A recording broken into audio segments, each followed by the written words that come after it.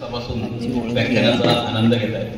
असाच एक श्रोता म्हणजे या 10 दिवसातच तो माझा मित्र झाला.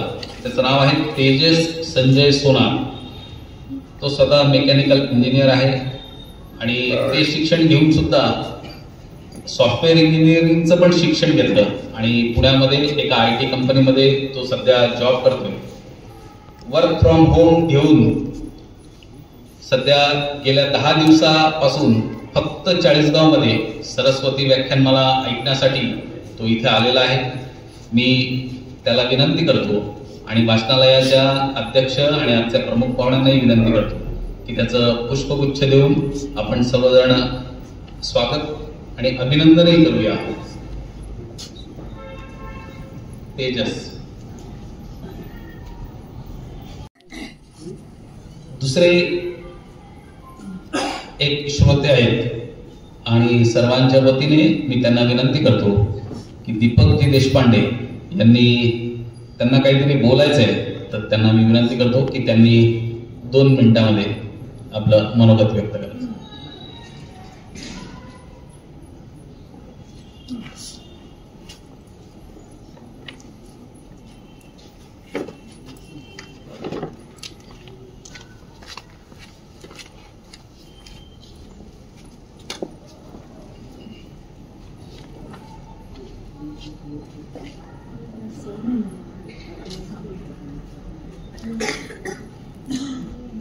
नमस्कार.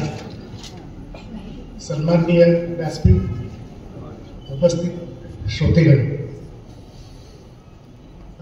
पहिला दिवस व्याख्यानाचा सुरू झाला आणि आज शेवटचं पुष्प आज बोलत जाणार आहे. हे 10 दिवस कसे गेले काही कळालं नाही. मी परवा डॉक्टर करंबेळकर यांना भेटलो. डॉक्टर सांगितलं की यावेळेच्या व्याख्यानाची थोडीशी वेगळी खासियत वाटते या सगळ्या ठिकाणी. ती खासियत अशी आहे की जे वक्त्यांचा जो शोध तुम्ही घेतलेला आहे, वक्ते कसं असतं की आपलं मग व्याख्यानमाला घ्यायची आपण कोणातरी आमंत्रण दिलंय, त्यांना या ठिकाणी बोलवलंय आणि त्याचा कार्यक्रम उरकलाय बा, असं काही झालेलं नाही. जे वेगवेगळ्या क्षेत्रामध्ये उत्तम काम करणारी मंडळी आहेत आणि वेगवेगळे विषय आणि समाजाला श्रोत्यांना आपल्या चाळीसगाववरती नवीन विषय माहिती व्हावे. जसं हेड हंटर हा विषय नवीन आपल्या काय, नंतर भारतीय ज्ञान परंपरा, आज हिंदुत्वाची जवळ आज जे काही वातावरण बदललेलं आहे त्या अनुषंगाने त्याचा विचार केला गेला. कारण स्वतःचा शोध कसा घ्यायचा यावरती म्हणजे एक सांगत तात्पर्य की एक विविधांगी विषय कसे हाताळले जावे आणि श्रोत्यांपर्यंत कशी पोहोचवता येईल याचा खऱ्या अर्थाने अनुभवाने प्रयत्न केला आणि असे वक्ते शोधून आणले. आणि खूप जिकरीचं काम असतं आणि खर्चाचंही काम असतं आणि याच्यामध्ये बहुतेक हे संचालक मंडळ कुठे काही मागे पडलेलं नाही. त्याच्यामुळे मी या माननीय अध्यक्ष डॉक्टर करंबेळकर, कार्यवाह राजेशजी ठोंबरे आणि सर्व संचालक मंडळाचे मनापासून आम्ही सभासद या नात्याने अभिनंदन करतो. आणि ही परंपरा तुम्ही गेले 86 वर्षाच्या अखंडित चालू ठेवलेली आहे आणि याला खऱ्या अर्थाने तुम्ही एक रूप देतात आहे आणि त्याच्याबद्दल विशेष आम्हाला पण एक समाधान आहे की आम्हाला पण असं रोज असं वाटतं की सध्या केव्हा होईल आणि या ठिकाणी किंवा उपस्थित या ठिकाणी राहू. तेव्हा तुम्ही मला श्रोत्यांच्यातर्फे सर्व संचालक मंडळाचे मनापासून आभार मानतो. धन्यवाद. आणि आजच्या या प्रसंगी आपले सर्वांचे लाडके निसर्गमित्र राजेशजी ठोंबरे आज यांचा जन्मदिवस आहे. या माणसाचं खूप मोठं काम आहे, चाळीसगाव वेगळे सांगायला नको. तर त्यांना पण मी सगळे श्रोतेगणांच्या वतीने मनापासून जन्मदिवसाच्या कोटी कोटी शुभेच्छा देतो. धन्यवाद. धन्यवाद सर. गेल्या 10 दिवसांचा आढावा आणि 3 महिन्यातील वाचकवीर पुरस्कार याची घोषणा करण्यासाठी मी वाचनालयाच्या अध्यक्ष डॉक्टर करंबेळकर सरांना विनंती करतो.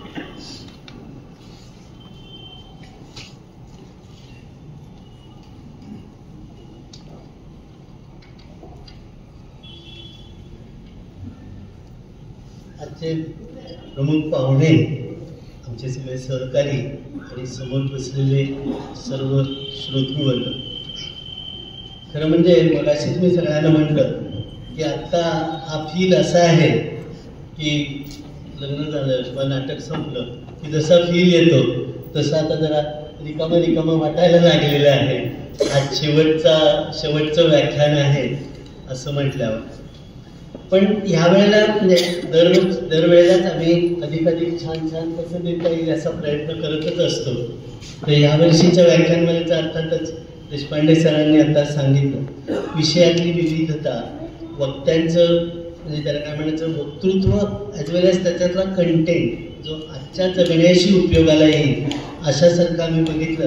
आणि वेगवेगळे वक्ते या सर्व 10 दिवसात आम्ही आणले आणि त्यांना तुम्ही सगळ्यांनी खूप छान प्रतिसादही दिला. मला एक सांगायचं आहे की आम्ही सर्वोत्कृष्ट श्रोता स्पर्धा घेतलेली होती. त्याच्यामध्ये प्रत्येकानं एक 10-12 ओळीमध्ये म्हणजे 10 पैकी किमान 6 व्याख्यानांना उपस्थित राहून ते लिहून इथं टाकायचं होतं. तर आता त्याच्यातलं आता खोका उघडला उद्या की कळेल आम्हाला की किती जणांनी टाकलंय आणि काय काय टाकलंय. पण मला ह्यावेळेला नमूद करावं असं वाटतं, जसं तेजस सोनार आवर्जून तिथून व्याख्यानमालेसाठी येतो आणि गेली काही वर्ष तो तसा येतोय आणि त्याची छान नोंद ठेवतो. हे म्हणजे त्याला काय म्हणायचं, माझ्या आधीच्या अध्यक्षांचं, आत्ताच्या अध्यक्षांचं, आत्ताच्या कार्यकारिणींचं सगळ्यांचं हे यश आहे की व्याख्यानमालेला इतर ठिकाणी वक्ते आपले श्रोते मिळण्याची बऱ्यापैकी मारामार होती आहे. कारण आता सोशल मीडियाचं इतकं सगळं वजन आलेलं आहे, इतका मारा झालेला आहे की लोक व्याख्यानांना येत नाही. पण अशी माणसं जेव्हा भेटतात त्यावेळेला असं वाटतं की खरंच छान आहे.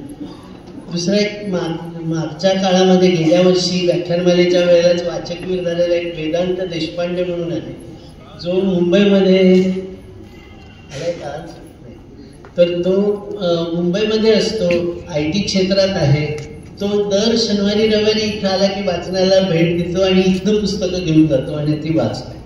तर आता ह्या पद्धतीनं वाचन ही गोष्टीची आवड निर्माण होणं लोकांमध्ये, हा जो काही वाचनालयाचा उद्देश आहे त्यामधनं खूप छान काहीतरी आमच्या बाजूनं आम्ही जे काही देतोय ते घेणारे श्रोते आहेत, देणारे वाचक आहेत, याबद्दल आम्हाला आनंद वाटतो.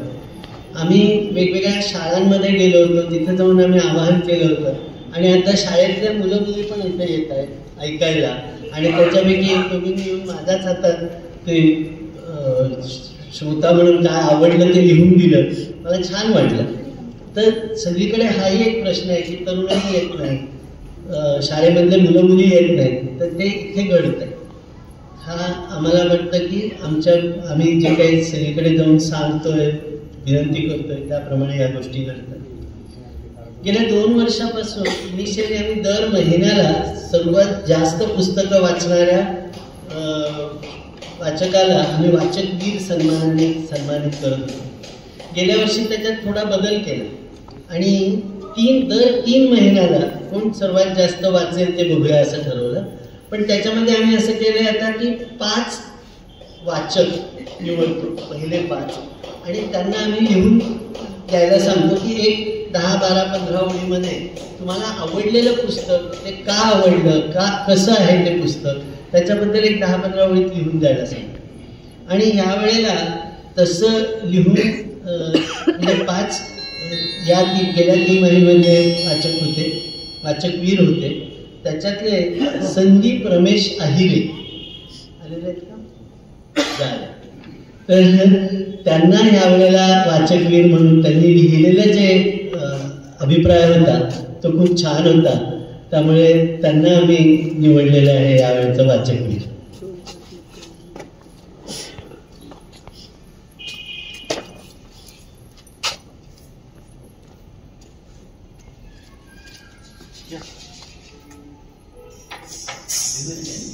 सगळ्यांच्या समोर जाहीरपणे हे देण्याचा उद्देश तोच आहे की अधिक पावलं आमच्या वाचनालयाकडे वळावी. आम्ही दरवेळेला साधारणपणे दर 2-3 महिन्यामध्ये एक किमान 500 ते 1000 पुस्तकं नव्यानं आणत असतो आणि आत्ताची पुस्तकांची संख्या 75,000हून अधिक आहे.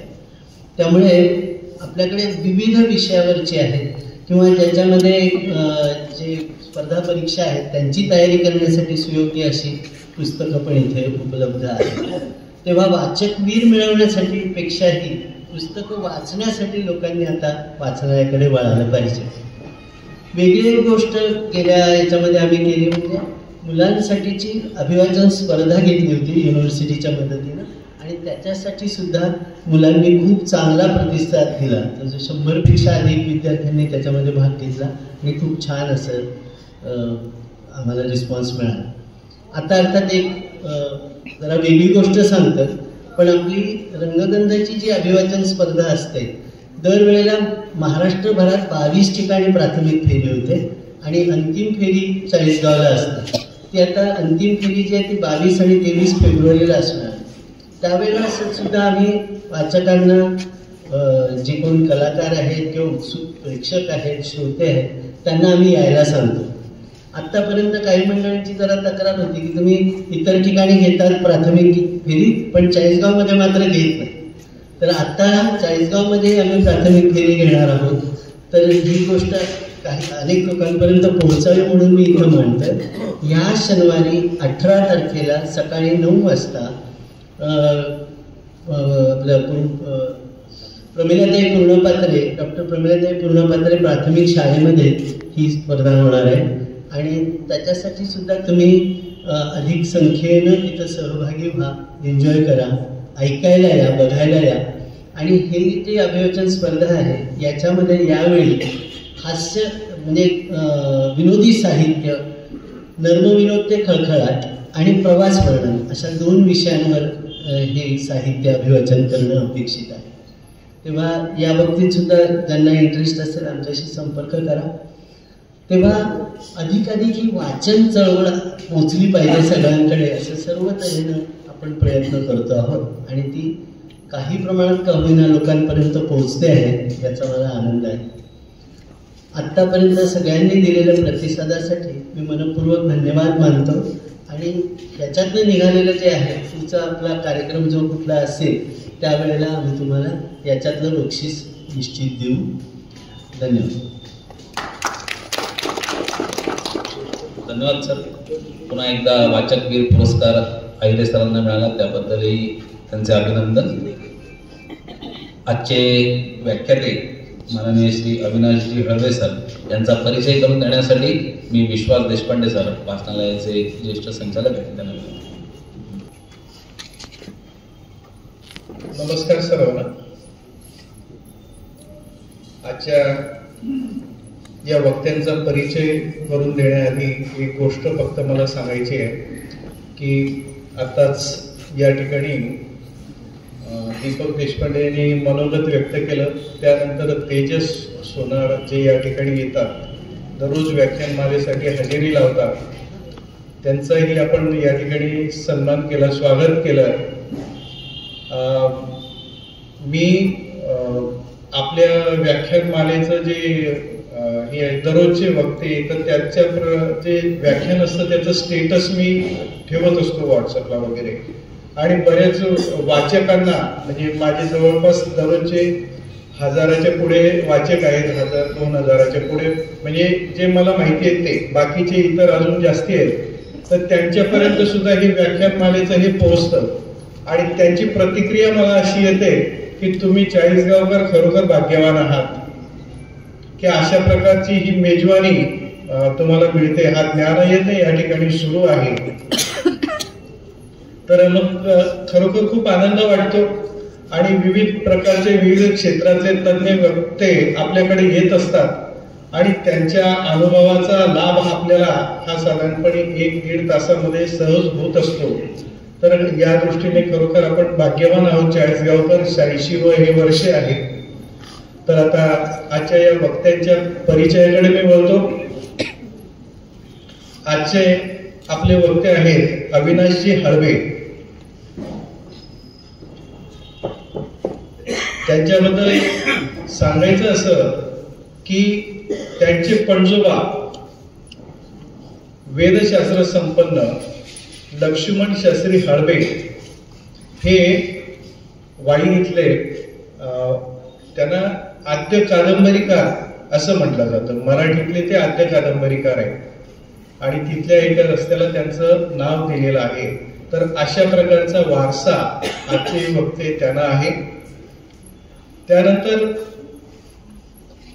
ते व्यवसायाने इंजिनियर आहेत. टाटा मोटर्स मध्ये डिव्हिजनल मॅनेजर या पदावरून ते 2010 मध्ये निवृत्त झाले, पण त्यांचा उत्साह दांडगा आहे.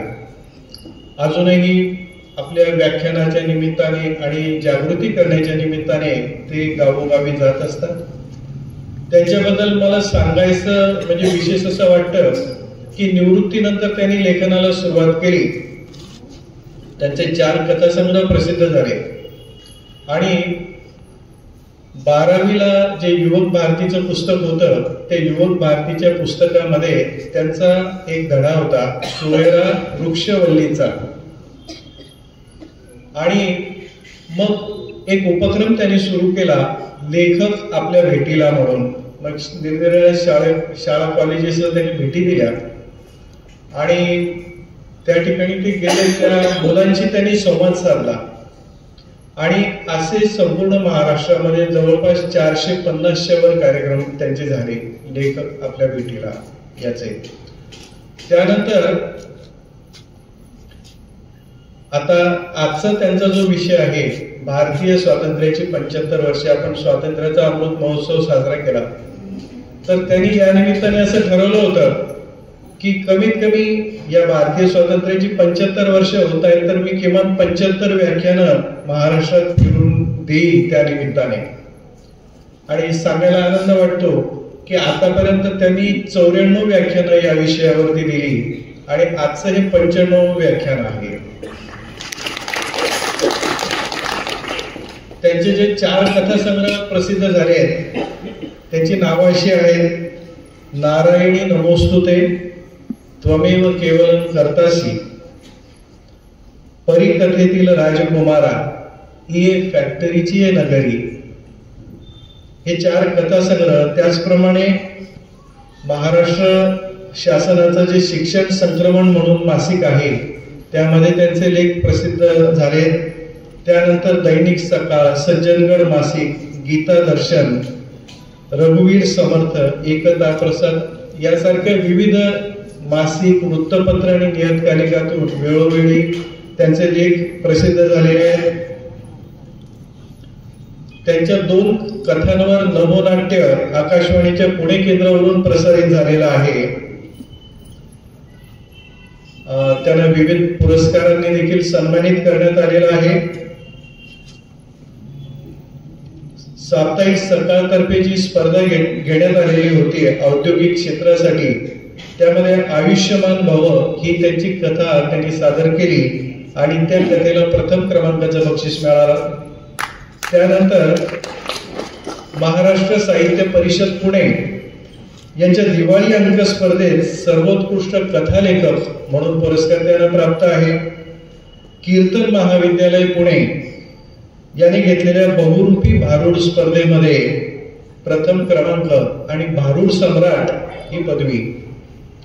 पुण्यातल्या गीता धर्म मंडळामध्ये गेली 25 वर्ष प्रवचन सेवा ते देत आहेत आणि उत्कृष्ट प्रवचनकार म्हणूनही त्यांना पुरस्कार प्राप्त झाला. बुलढाणा फिल्म असोसिएशनचा राज्यस्तरीय कलागौरव पुरस्कार त्यांना प्राप्त झाला. पद्मश्री डॉक्टर मणिभाई देसाई प्रतिष्ठानचा भारतरत्न सरदार वल्लभभाई पटेल राष्ट्ररत्न पुरस्कार त्यांना मिळाला. त्याचप्रमाणे कोरोना योद्धा आणि ऋषितुल्य गुरु हा पुरस्कारही त्यांना लाभलेला आहे. अशा अनेक पुरस्कारांचे सर मानकरी आहेत. अशा प्रकारचं व्यासंगी व्यक्तिमत्व आज आपल्यामध्ये उपस्थित आहे. आपण सर्वांच्या वतीने मी त्यांचं पुनश्च एकदा स्वागत करतो आणि त्यांचा परिचय या ठिकाणी संपवतो. धन्यवाद.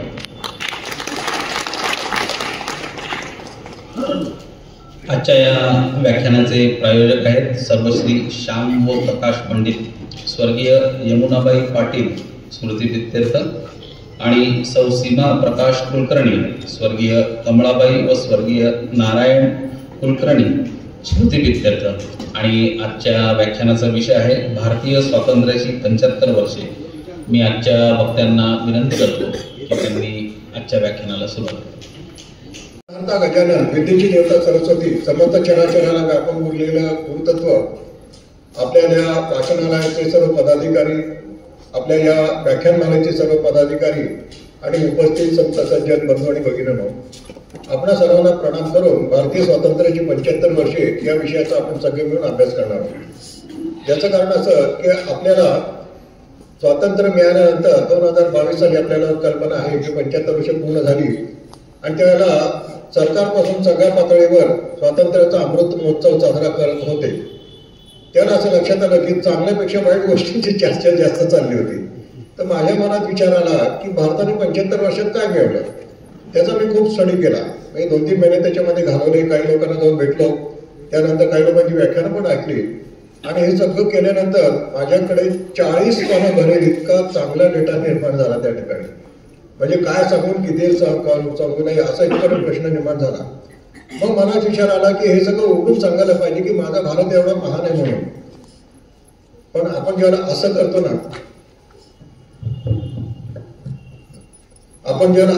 ना, त्याला काय असतं, एक बोट समोर असतं, 3 बोट स्वतःकडेच असतात. म्हणून म्हटलं आपण दुसऱ्यांकडे बोट दाखवायचं नाही, आपण स्वतः सुरू करायचं. आणि त्या ठिकाणी मी त्या ठिकाणी काही लेख लिहिले आणि म्हटलं नुसत्या लेखापेक्षा आपण जनमानसाकडे पोचायचं असेल तर आपण व्याख्यान सुरू करूया. आणि आपण म्हणतो ना, सत्य संकल्पाचा दाता परमेश्वर. पुण्यामध्ये एक व्याख्यान मला होती, त्या ठिकाणी ऐन वेळेला एक गृहस्थ आले नव्हते. अर्थात ते कदाचित माझ्या भाग्यच असेल म्हणायला काही हरकत नाही. तर त्याला मी चांगला बोलतो म्हणल्यानंतर त्यांनी विनंती केली की सर आजचा दिवस तुम्ही निभावून न्याल का. म्हटलं निभावून का, नेऊन मनात विचार चिंतन चालते. खरं सांगायला हरकत नाही, ते मंदिर होतं. मनात चिंतन याचंच चाललं होतं की 75 वर्षात आपण काय मिळवलं. म्हटलं हा विषय आपण या ठिकाणी मांडू. पण गमतीची गोष्ट, मंदिराचा अध्यात्म अशा तऱ्हेचे विषय असतात. पण म्हटलं काय होईल ते जाईल, आपण या विषयावर बोलू. त्यांच्या संयोजकांना विचारलं मी या विषयावर बोलू. ते म्हणजे काहीच हरकत नाही, आमचा काही प्रश्न नाही. आणि ते व्याख्यान दिल्यानंतर असं लक्षात आलं की ते व्याख्यान खूप लोकांना आवडलं. टाळ्यांचा कडकडाट वगैरे झाला. पण टाळ्यांच्या कडकडाट 2 गोष्टीसाठी होतं. एक खरोखरच व्याख्यान चांगलं झालं पण होतं आणि एक काही आता आठपा हे चांगल्यासाठी पण होतं. परंतु तो माझा पहिल्या प्रकारचा होता. आणि त्याच वेळेला त्या मंदिरामध्ये माझ्या मनात माझा संकल्प निर्माण झाला की असं जर का असेल, माझ्या देशी बांधवांना हे व्याख्यान जर का आवडत असेल तर 75व्या निमित्ताने अनेक लोकांनी अनेक संकल्प केले होते. आपण असा संकल्प करूया की या व्याख्यानाची 75 व्याख्यानं कमीत कमी द्यायची. सुरुवात केली करता कधी कधी आपण म्हणतो ना, सत्य संकल्पाचा दाता परमेश्वर आपल्या पाठीशी असतो. तसंच अनुभव आला. पहिलं व्याख्यान जे झालं पुण्यातल्या जंगली महाराज मंदिरात झालं, आता सांगितलं. आणि 75वं व्याख्यान समर्थ रामदास स्वामींच्या शिवतरगडीमध्ये पूर्ण झालं त्या ठिकाणी. म्हणजे दोन्ही ठिकाणी आपण म्हणायला हरकत नाही की सत्पुरुषांचे हात माझ्या पाठीमध्ये होते. पण तिथं गेल्यानंतर तिथे गांगण नावाचे जे त्यांचे ते पंच होते ते म्हणाले की हा मी इथं थांबू नका, 75 झाली आम्हाला आनंद आहे, पण तुम्ही आता 100 व्याख्यानं पूर्ण करा. म्हटलं हे रामदास स्वामींची पण प्रेरणा दिसते. ती पण सुरू केली आणि असं करत करत आज 95 व्याख्यानं आपल्या समोर या ठिकाणी सादर करतोय. तर आपण विषयाला सुरुवात करूया की भारतीय स्वातंत्र्याची 75 वर्षे.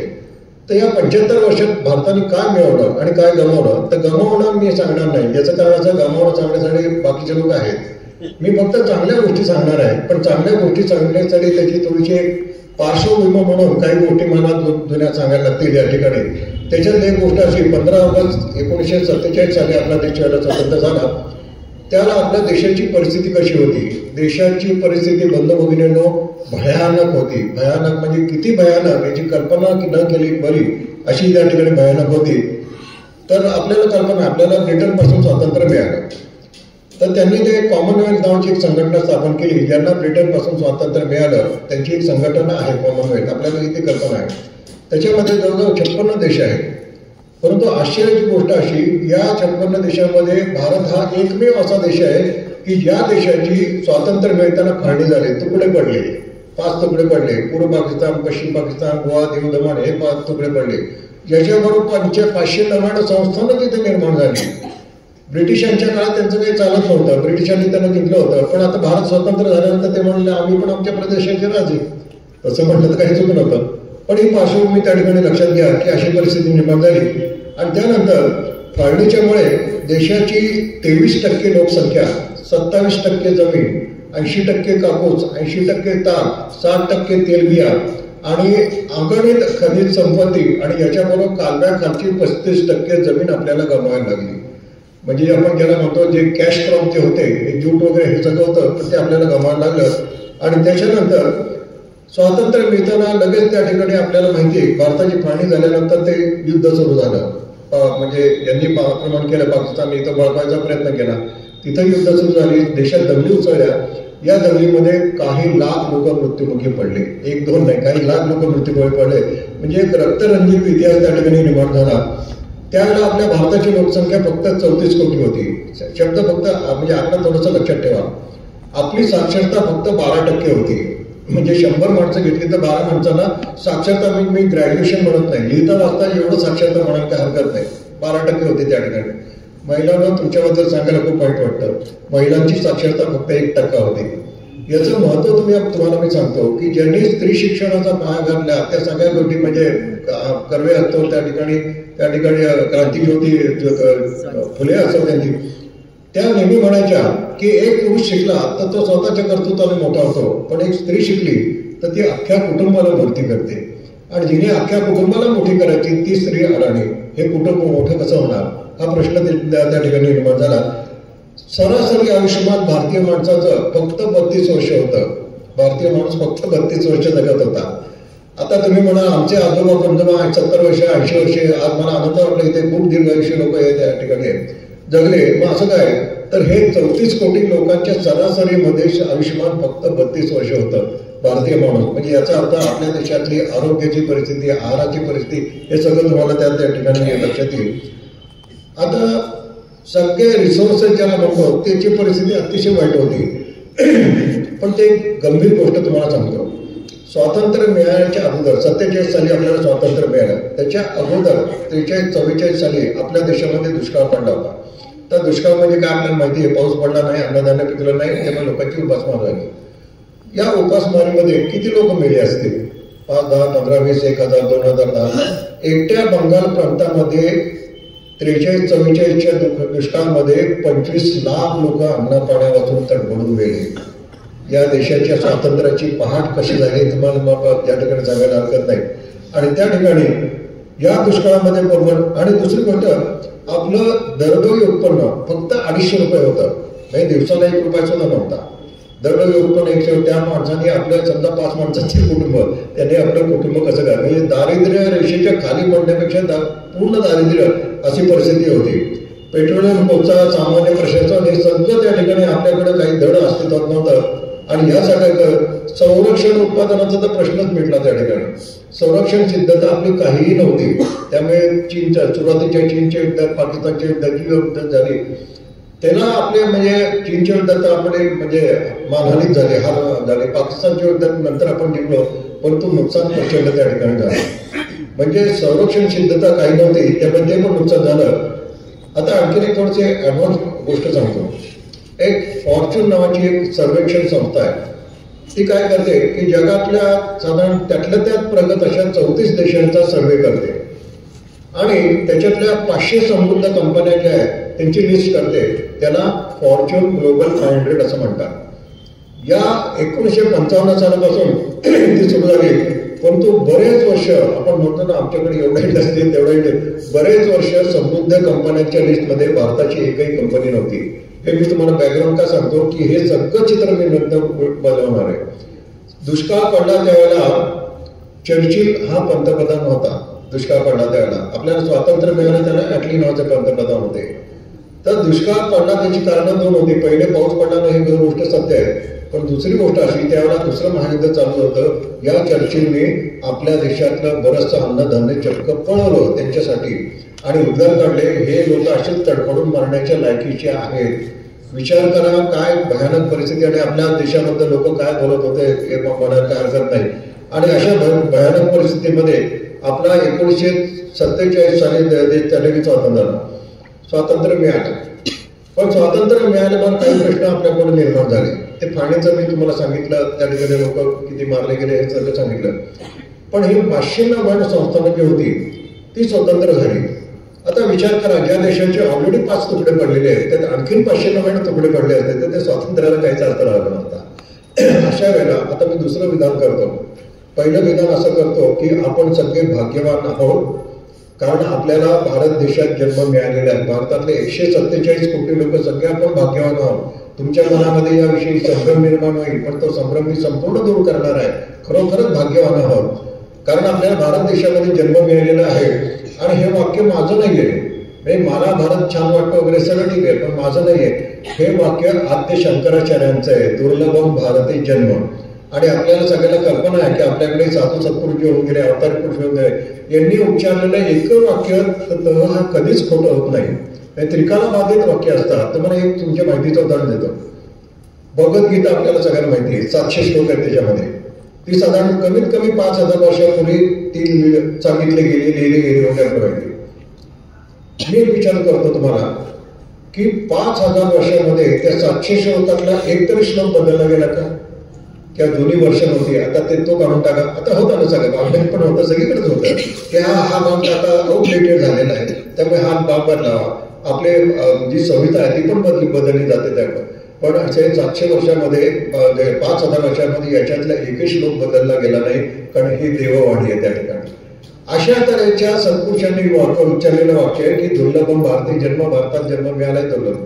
तसं आपल्या देशामध्ये जसं जन्म मिळणं भाग्याचं, तसं आपल्या देशामध्ये अनेक लोकोत्तर पुरुष पण निर्माण झालेले आहेत.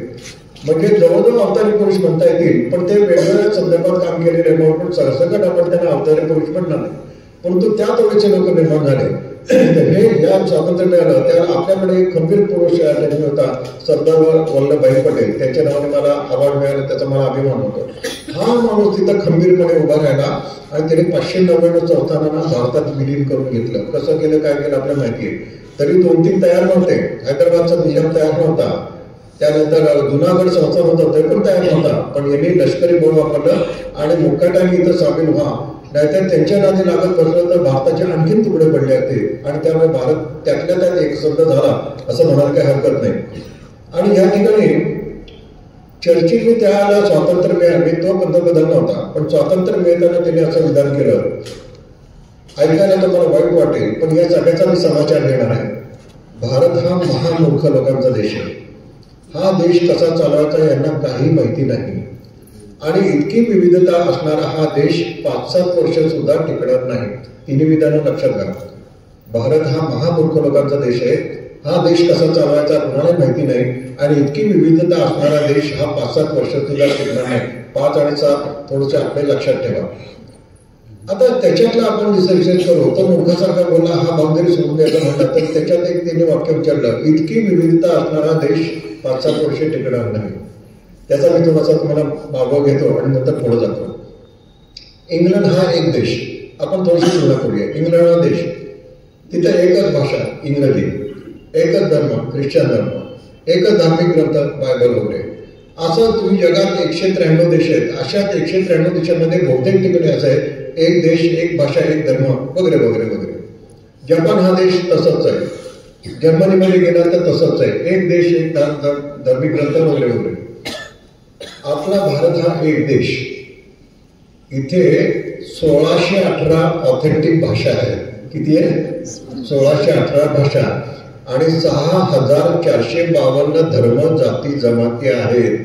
बंधू भगिनींनो, हा देश कसा चालवायचा? मी तुम्हाला एक उदाहरण देतो. समजा एक उदाहरण देतो. एका घरामध्ये 5 माणसं आहेत. त्याच्यापूर्वी एक गोष्ट तुम्हाला सांगतो की त्यांची आपली तुलना करताना, म्हणजे इंग्लंड या देशामध्ये हे एकसंधता असल्यामुळे इंग्लंडचे पंतप्रधान एक वाक्य जर का बोलले तर अख्ख्या इंग्लंडला कळतं. बरोबर की नाही? अख्ख्या इंग्लंडला कळतं, भाषा आहे. जपानचे पंतप्रधान एक वाक्य बोलले तर सगळ्या जपानला कळतं. जर्मनीमध्ये कळलं, सगळ्या जर्मनीला कळलं.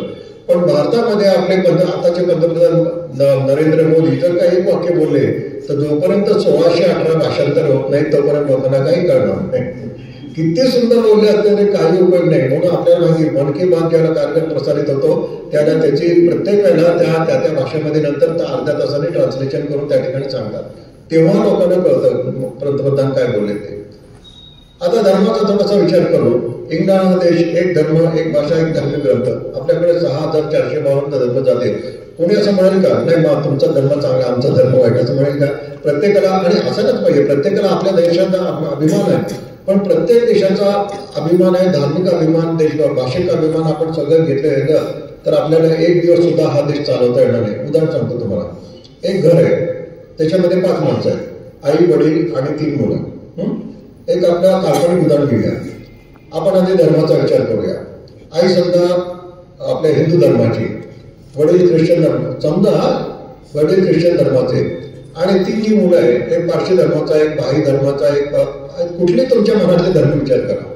अशा 5 धर्माचे लोक हे रक्ताचे नातेवाईक एकमेकांचे असून सुद्धा त्या घरामध्ये एक दिवस तरी राहू शकतील का?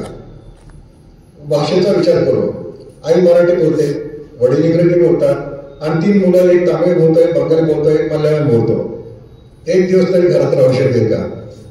मग बंधू भगिनींना मी विचार करा, भारत हा एक देश, 6,452 धर्म, जाती जमाती, 1618 भाषा, या सगळ्या देशांना लोकांना घेऊन हा देश चालवणं किती अवघड आहे याचा विचार करा. त्याच्या मी नंतर आम्ही पुढे जातो. आणि दुसरी गोष्ट होती की चर्चिल जो म्हणला होता त्याच्यातलं एक विधान होतं की या देशातले महामूर्ख देश कसा चालवायचा याला माहिती नाही. आपल्याला स्वातंत्र्य मिळाल्यानंतर आपले जे पुढारी होते त्यांच्यात एकमेकांमध्ये बरेच मतभेद होते, आणि मतभेद होते त्यामुळे काय करायचं, पण तरी सुद्धा देश चालवला बरं का. देशाची प्रगती करायला सुरुवात केली होती. परंतु थोडीशी गंमत अशी सांगतो की देशाला स्वातंत्र्य मिळाल्यानंतर आपल्याकडे नौदल चालवण्यासाठी सक्षम माणूस नव्हता. नौदल कोणाचं? भारताचं. पण तिथं माणूसच नव्हता. त्यावेळेला आपण ब्रिटिशांना विनंती केली की जोपर्यंत आमचा हे सगळं गाडं मार्गे लागत नाही तोपर्यंत तुमचा एक अधिकारी द्या, त्याला आम्ही त्या आपल्या नौदलाचा इन्चार्ज करू, त्याला आम्ही पगार देऊ, बस बाकी सगळं देऊ त्या ठिकाणी. आपलं नौदल 10 वर्ष ब्रिटिश अधिकारी चालवत होता. स्वातंत्र्य मिळालं भारताला, आणि नौदल चालवतोय कोण? ब्रिटिश अधिकारी. अशी अनेक गमती जमती होतात, आणि या गमती जमतीमध्ये या सगळ्या देशाचा प्रगती कशी होत गेली त्याचा आपण विचार करूया. आणि चर्चिल असं म्हणत होता, दिस इज नॉट ए नेशन, म्हणजे आपण हे राष्ट्र नाही आहे, ही फक्त फौजी भरती आहे. इट इज ओनली पॉप्युलेशन, हे माणसांची भरती आहे. आणि तो शब्द जे उच्चारले होते ते 75 आपण त्याचा पण समाचार करूया. पण आपण प्रगती कशी होत गेली बघूया. 15 ऑगस्टला आपला देश स्वतंत्र झाला, आणि त्याच्यानंतर विलिनीकरणाचं काम झालं. गोवा युद्ध त्या मानाने उशिरा आलं, 1961च्या नंतर आलं. आणि आता आपल्या भारताची परिस्थिती आहे की आपले क्षेत्रफळ 32,87,263 चौरस किलोमीटर.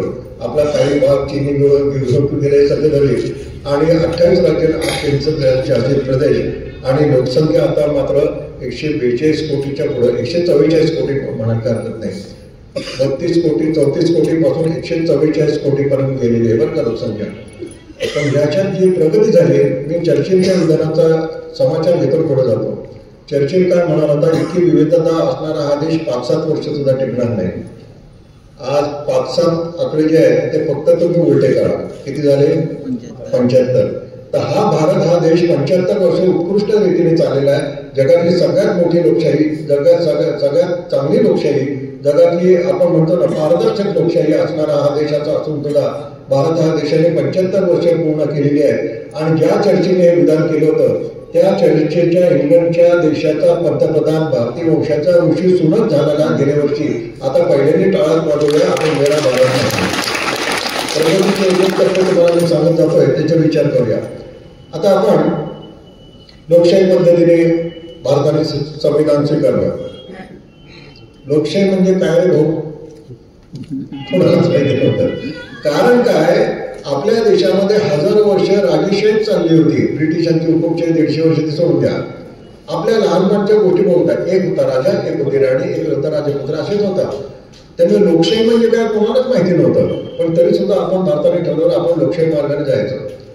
एक लक्षात घ्या, एखादी डोक्यातली विचारसरणी एका रात्रीत बदलून वेगळी विचारसरणी घालता येते का? एवढा चेंज इतका सोपा आहे का? ज्यांना सोपं वाटत असेल त्याने एक प्रयोग करायचा. आता नका करू, घरी गेल्यावर करा. घरातले चहा साखरेचे डबे जिथे ठेवले जातात, आमच्या महामुला जिथे ठेवतात त्याची जागा बदला दुसरीकडे ठेवा. त्याच्यासाठी लॉजिक तयार ठेवा. हे तिथे छान दिसतात का म्हणजे उद्या तुम्हाला चहा मिळतो की नाही ते बघा. म्हणजे चहा साखरेचे डबे बदलले तरी घरामध्ये वादाविवादाचा प्रश्न निर्माण होतो. त्यावेळेला ह्या सगळ्या गोष्टींना घेऊन लोकशाहीचं म्हणजे राजेशाही काढून टाकायची, लोकशाही घालायची. सोपं आहे का? नाही. आणि आपण एक चांगला निर्णय घेतला 1954 साली की आपण अलिप्त राहायचं ठरवलं. त्यावेळेला 2 विचारशाही, एक भांडवीशाही होती आणि एक दुसरी हुकुमशाही, म्हणजे एक रशिया दर्जने होते, एक अमेरिका दर्जने होते. आपण सगळं दोघांना सामील जायचं नाही, आपण आपलं तटस्थ राहायचं. आणि खरोखरच हा चांगला निर्णय होता. नाहीतर प्रत्येक निर्णय घेण्यासाठी आपल्याला एक अमेरिकेला तरी विचारायला लागलं, नाहीतर रशियाला तरी विचार, मग त्या स्वातंत्र्याला काहीच अर्थ झाला नव्हता. अशा तऱ्हेचे एक गोष्टी निर्माण झाली. आता या ठिकाणी आपण थोडंसं लोकशाहीचे वैशिष्ट्य बघूया. लोकशाही मार्ग तुम्हाला सांगितला. हा देश कोण चालवतो या प्रश्नाचं उत्तर फार विनोदी आहे. हा देश कोणीही चालवू शकतो. मागच्या वेळेचं मंत्रिमंडळ बघा. आपले राष्ट्रपती पण दोन्ही धर्म आणि भाषा दोन्ही सांगतो. राष्ट्रपती APJ अब्दुल कलाम कुठल्या धर्माचे होते? मुस्लिम धर्माचे होते. पंतप्रधान मनमोहन सिंग कुठल्या धर्माचे होते? शीख धर्माचे होते. आणि ती मंत्रिमंडळामध्ये अतिशूद्रापासून चवडवले सगळ्या धर्मजाती जमातीचे होते. आणि या सगळ्याचं नेतृत्व रोमन कॅथलिक सोनिया गांधी करत होत्या, इंडिया करत होत्या. तरी सुद्धा आपला देश चालू होता. म्हणजे हा देश कोणी चालू शकतो. आता तुम्हाला जरा हसायला येईल, पण मी तुमचं हसू काढून घेतोय. असं जगात चालत नाही. त्या देशामध्ये त्याच देशाचा, त्याच धर्माचा, त्याच विचारसरणीचा, त्याच परंपरेचा माणूसच प्रमुख होऊ शकतो. त्याचे सहकारी सुद्धा तसेच लागतात. आणि असे नसले, कोणी काही गडबड केली असली तर त्या माणसाचं डोकं पण उडवलं जातं. आपल्याला कुठल्या कंट्रीत हे सगळं आपल्याला माहिती आहे. पण अशा पार्श्वभूमीमध्ये आपल्या देशामध्ये इतकं स्वातंत्र्य आहे की बाकी सगळं जाऊन द्या. जेलमध्ये गेलेला माणूस सुद्धा निवडणूक लढू शकतो. आणि त्या ठिकाणी लोकशाहीचा म्हणजे आपलं संविधान किती लोकांना सुधारण्याची संधी देते असं म्हणायला काही हरकत नाही. आणि लोकशाहीची अनेक वैशिष्ट्य आहे. दुसरं वैशिष्ट्य असं की आपल्या देशात लोकशाहीमध्ये प्रत्येकाला धार्मिक स्वातंत्र्य आहे.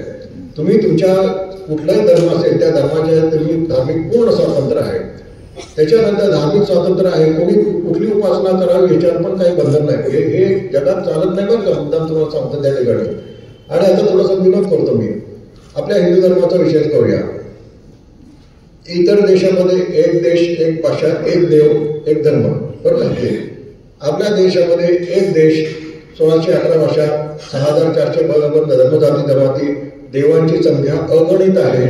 साधू संत बुवा महाराज हे पण भरपूर आहे. त्यामुळे सोमवार आला की ओम नमः शिवाय पहिला देव आपला शंकर. मंगळवार आला अंबा माता की जय, दुसरा देव आपण बदलला. बुधवार आला की पुंडलिक वरदा हरी विठ्ठल, तिसरा देव बदलला पांडुरंग. गुरुवार आला की अवधूत चिंतनाचे गुरुदेव बदलला, चौथा देव बदलला.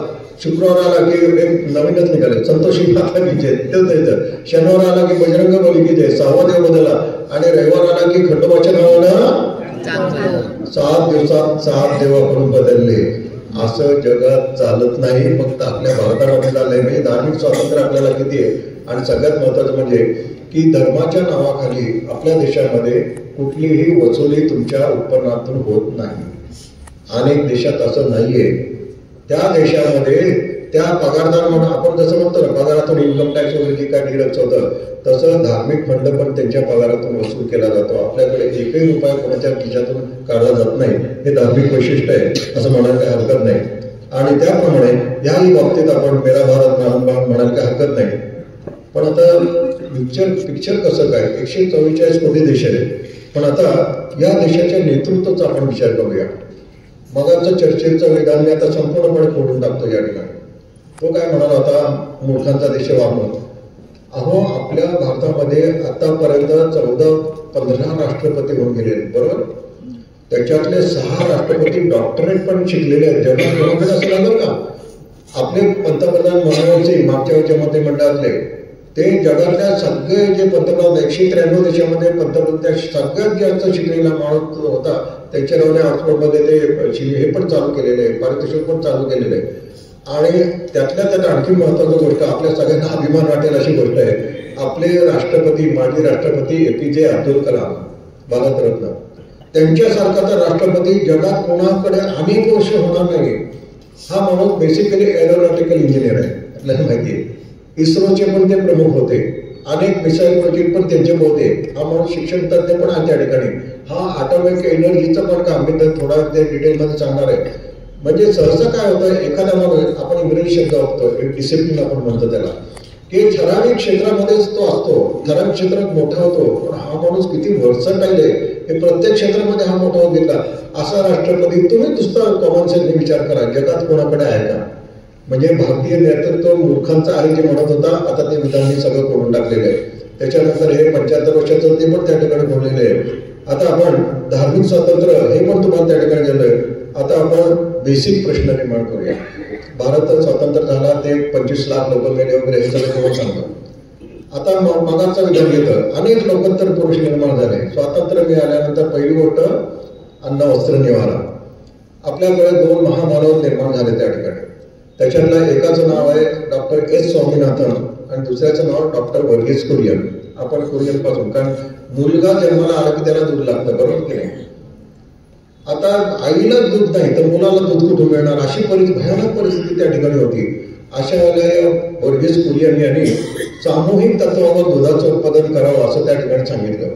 म्हणजे काय, म्हणजे एखादा शेतकरी आहे, त्याच्याकडे समजा गाई म्हशी 4 लिटर दूध निघतं, त्यातला 1 लिटर तो घरात वापरत असेल, दुसऱ्या 3 लिटर टाकून द्यायला वापरत, त्याचं नक्की काय ठरलेलं नसायचं. तुम्ही मी गेलं तर अगदी ग्लासभर दूध आरामात तो द्यायचा. त्यांनी असं सांगितलं की तुमच्या घरामध्ये समजा 4 लिटर दूध निघत असेल तर त्याच्यातलं 1 लिटर तुम्ही घरात वापरा. 1 लिटर काय 2 लिटर वापरा. उरलेलं 2 लिटर गावात एका ठिकाणी एकत्र करा, संकलन करा, त्याच्यावर प्रोसेसिंग करा आणि ज्यांना जरूर आहे त्यांना विका.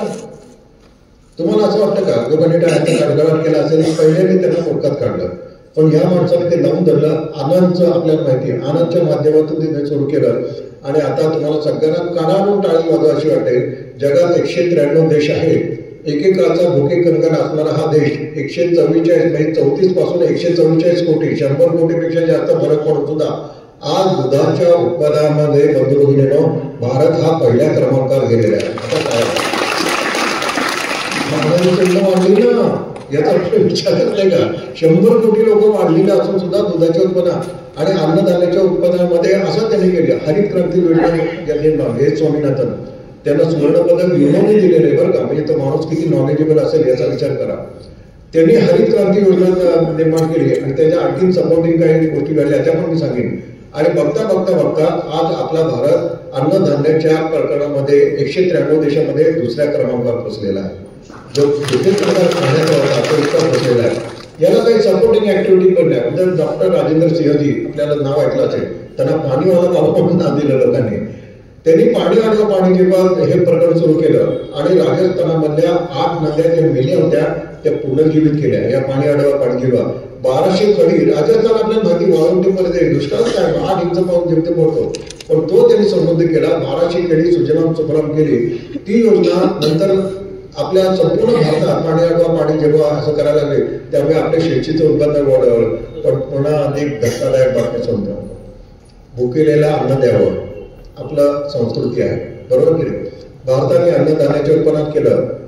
आपण भुकेलेला अन्न द्यायला पण काही हरकत नाही, पण एक आणखीन असं भारताने पुढे आपल्या भारतीय संस्कृतीची महानता तुम्हाला सांगतो की वेळ प्रसंगी आपण आपल्या शत्रूंना सुद्धा अन्नधान्य दिलेलं आहे.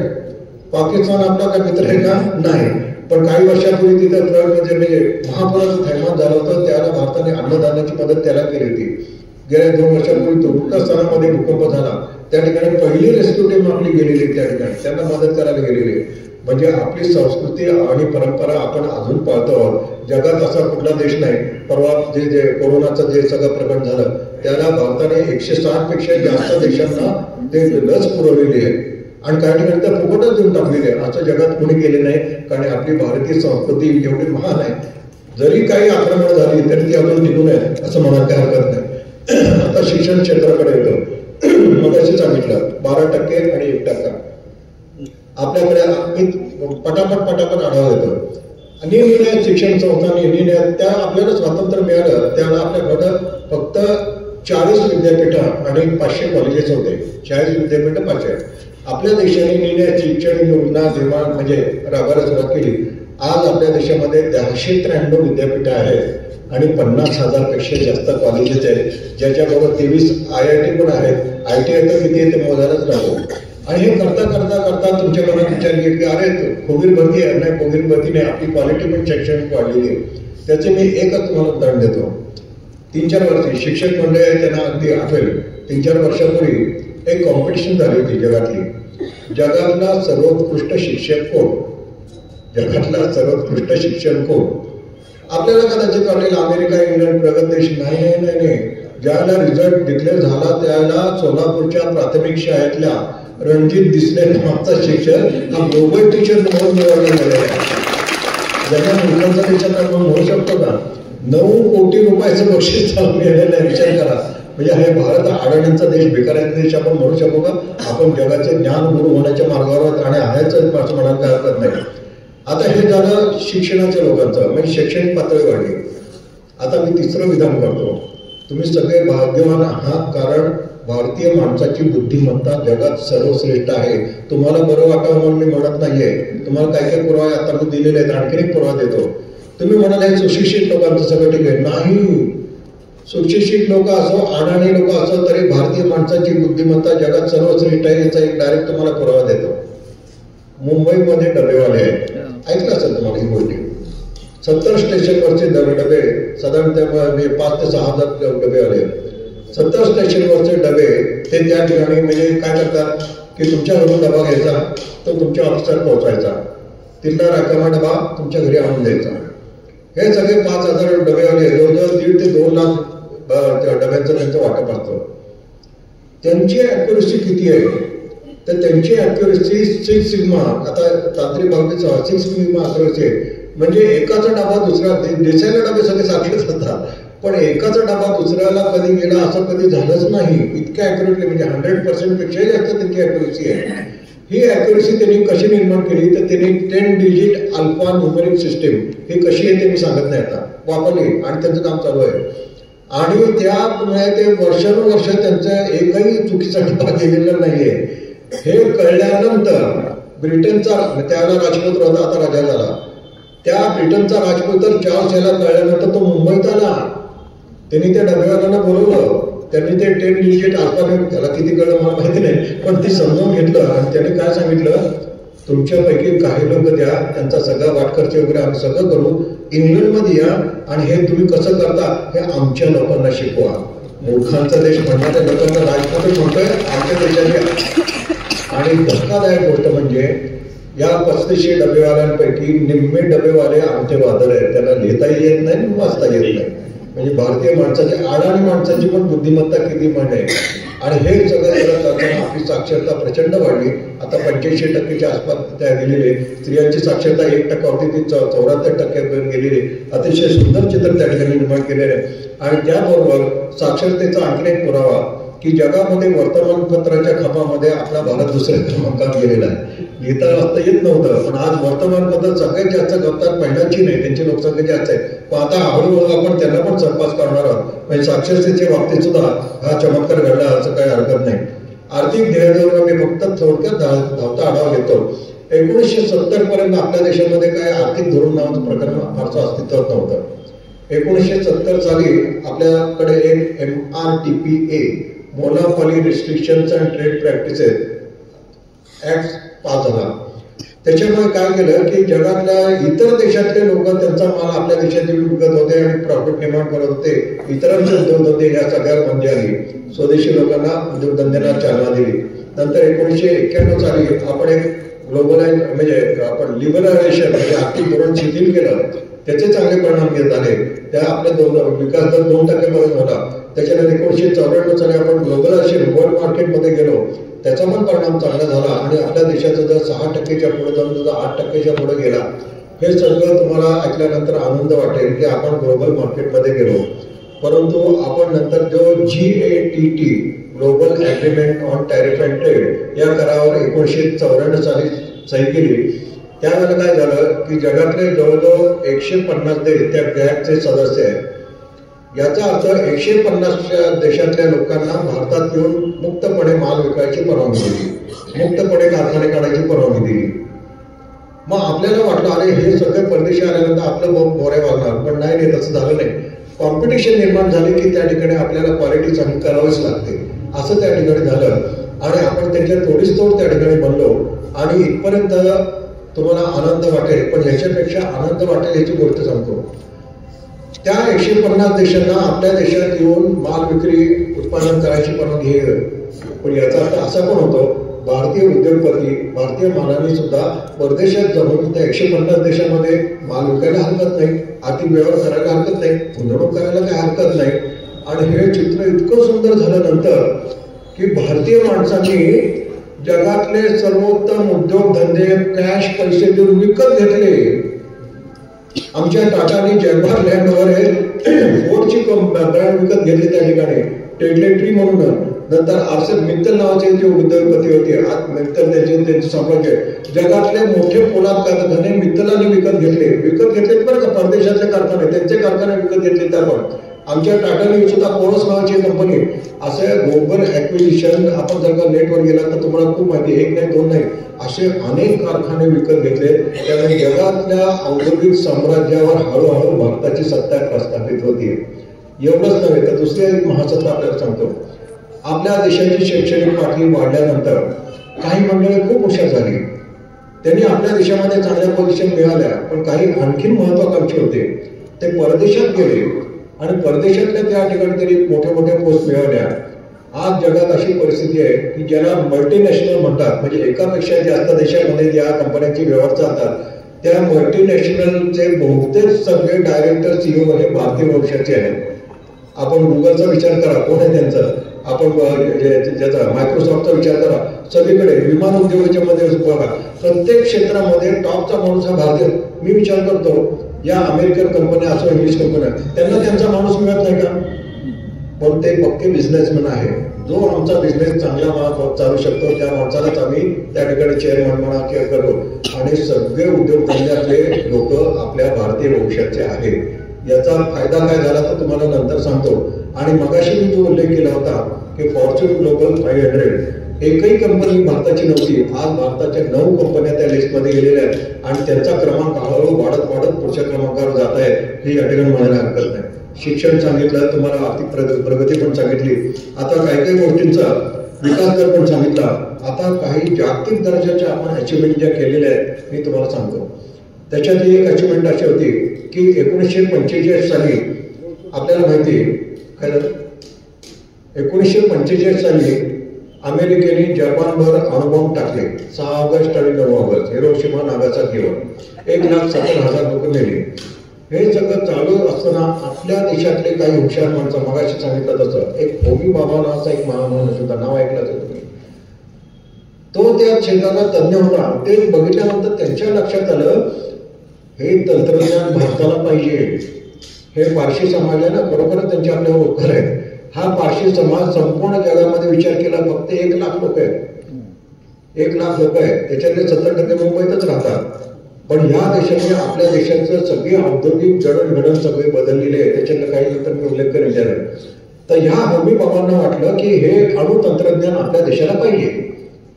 ते लगेच त्या ठिकाणी आणखीन एक मोठा महामानव, मला अभिमान आहे त्यांचा, JRD टाटाला जाऊन भेटले. त्यांना सांगितलं असं आहे, हे अणु तंत्रज्ञान आपल्या देशाला, ते पण पारशी आपल्या देशाला मिळायला पाहिजे. JRD टाटा म्हणाले की मला 100% पटलेलं आहे. मी मुद्दाम अडाणी माणसाच्या बद्दल जी बोललो होतो ना, आता त्याचं मी आणखीन सांगतो.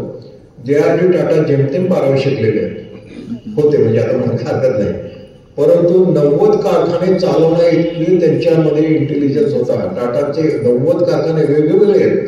एकाच टाईपचा कारखाना असला तर आपण समजू शकतो, पण 90 प्रकारचे कारखाने वेगवेगळे आहेत. आणि त्या सगळ्याचे चेअरमन बोलणारे JRD टाटा होते. तर त्यांना जाऊन भेटले, ते म्हणाले बरोबर आहे तुमचं म्हणणं, बरोबर आहे, हे अणु तंत्रज्ञान आपल्या देशाला पाहिजे. पण आपला देश स्वतंत्र झालेला नाही, त्यामुळे सरकार करून आपल्याला काही मिळणार नाही. पण मी तुमचे प्रयत्न वाया जाऊ देणार नाही. माझ्या 2 इन्स्टिट्यूट आहे, Tata institute of fundamental research, Tata institute of social science, तिथं तुम्ही जा, तुमचं संशोधन सुरू करा, त्याचं सगळं आर्थिक पाठबळ मी देतो. याच्यातून 1 पैसा सुद्धा प्रॉफिट मिळणार नव्हता, अशाला त्याने फायनान्स करायला सुरुवात केली. 47 साली देश स्वतंत्र झाल्याबरोबर JRD टाटा आणि होमी बाबा दोन पंडित जवाहरलाल नेहरूंना भेटले पंतप्रधानांना. त्यांनाही ते पटलं. अणुशक्ती म्हणजे काय अजूनही जगातल्या लोकांना कळलेलं नाही, पण त्यांना ते पटलं. आणि त्यांच्या प्रेरणेने, त्यांच्या मदतीने मुंबईला तारापूर येथे पहिलं आपलं अणुशक्ती केंद्र सुरू झालं. हे अणुशक्ती केंद्र सुरू होताना आपण जगातल्या अनेक देशांची मदत घेतली होती. फ्रान्सची घेतली होती, इंग्लंडची घेतली होती, अमेरिकेची घेतली होती. सगळ्यांनी आपल्याला एकच अट लावली होती की भारताने अणुशक्तीचा उपयोग करायला हरकत नाही, पॉवर जनरेशनसाठी करायला हरकत नाही, पण भारताने कधी अणुस्फोट करता कामा नये. काय करता कामा नये? अणुस्फोट करता कामा नये. कारण त्यांच्यापासून आपल्याला धोका होऊ शकतो ना. आपण त्या करारावर सह्या केल्या होत्या, दुसरा इलाजच नव्हता. पण आपले भारतीय शास्त्रज्ञ अत्यंत बुद्धिमान, त्यांची बुद्धिमत्ता वाढत वाढत असे गेली की एक दिवसाचं मध्यंतरी 1966 साली होमी बाबांचं निधन झालं अपघाती. तो अपघात होता का साहेब जेव्हा आपण त्याच्यात पडायचं नाही. संशोधन चालू होतं एक दिवसाचा उजेडला की त्या अणुशक्ती केंद्राला BARC बाबा ॲटॉमिक रिसर्च सेंटर असं नाव देण्यात आलेलं आहे. तिथल्या शास्त्रज्ञांना असं वाटायला लागलं आता आपण अणुस्फोट सुद्धा करू शकतो. आता महिलांनी कॉलर ताट करायची अशी गोष्ट तुम्हाला सांगतो.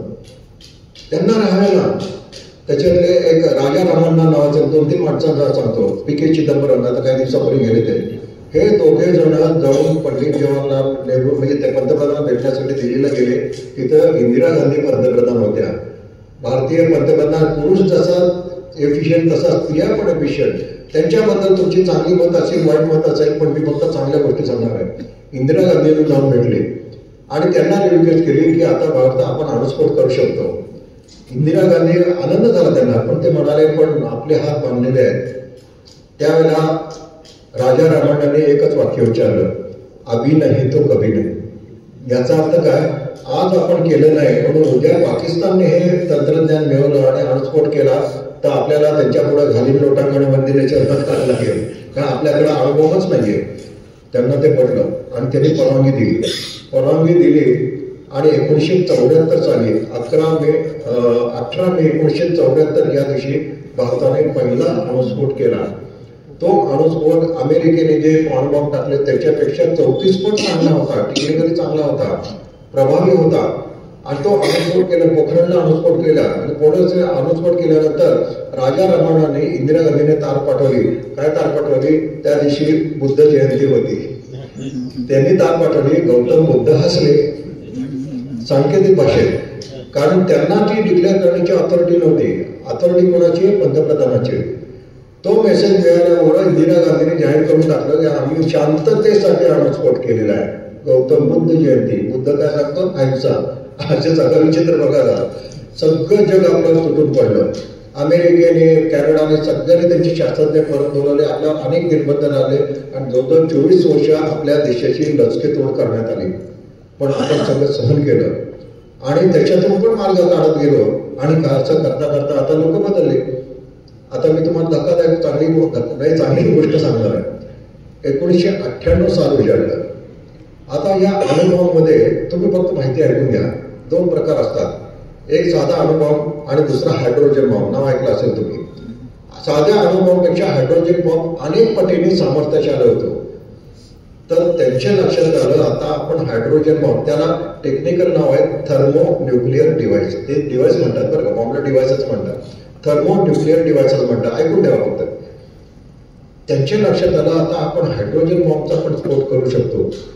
त्यावेळेला इन्चार्ज कोण होते, आपल्या सगळ्यांचे लाडके APJ अब्दुल कलाम. मग अशी म्हणलं ना वर्सटाईल माणूस होता. APJ अब्दुल कलाम त्या ठिकाणी होते आणि त्या ठिकाणी TK अय्यंगार, राजा रामण्णा हे सगळे होते आणि दुसरे संथानम नावाचे असे 2-3 जण होते. त्यांना राहिले ना, ते दिल्लीला गेले. आता तुम्ही सगळ्यांनी कॉलर ताट करायचे. आता पुरुष पंतप्रधान त्या ठिकाणी होते. अटल बिहारी वाजपेयींना जाऊन भेटले आणि त्यांना सांगितलं असं असं आहे. अटल बिहारी वाजपेयी पहिल्यांदा तेच म्हणाले, आपले हात बांधलेले आहेत. पुन्हा तेच वाक्य, अभी नाही तो कभी नाही.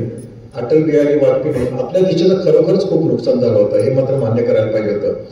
अटल बिहारी वाजपेयींनी 11 एप्रिल 1998 या दिवशी परवानगी दिली, लेखी परवानगी दिली की तुम्ही हायड्रोजन बॉम्ब काय तुम्हाला जे पाहिजे ते बॉम्बचा स्फोट करू शकता. पण इथे फार एक सुंदर विनोदी प्रसंग घडला. तुमच्या कल्पना शक्ती बाहेरचा विनोदी प्रसंग आहे त्या ठिकाणी. किती गंभीर प्रसंग आहे की अणुस्फोटाची परवानगी हे सगळं डिस्कशन चाललं असताना शेवटी उठताना अटल बिहारी वाजपेयी पण त्यांना दोघांना म्हणाले, अब्दुल कलाम आणि संतानम दोघांना म्हणाले, देखो ये खबर कानोकान होनी नहीं चाहिए. म्हणजे ही बातमी बाहेर पसरता कामा नाही. बरोबर आहे सांगितलं. आता याला साधं उत्तर कोणी म्हणत पण नाही, जे सर विल टेक केअर, नाही काही काळजी करू नका, आम्ही सगळी काळजी घेऊ, हे सगळं कॉमन माणूस उत्तर देऊ शकतो. पण अब्दुल कलाम प्रचंड बुद्धिमान माणूस, त्याने फार सुंदर उत्तर दिलं. त्यांनी माननीय पंतप्रधान, तुम्ही ब्रह्मचारी आहात, तुम्ही लग्न केलं नाही. मी पण ब्रह्मचारी आहे, मी पण लग्न केलं नाही. मग ही बातमी बाहेर पसरण्याची शक्यताच नाही.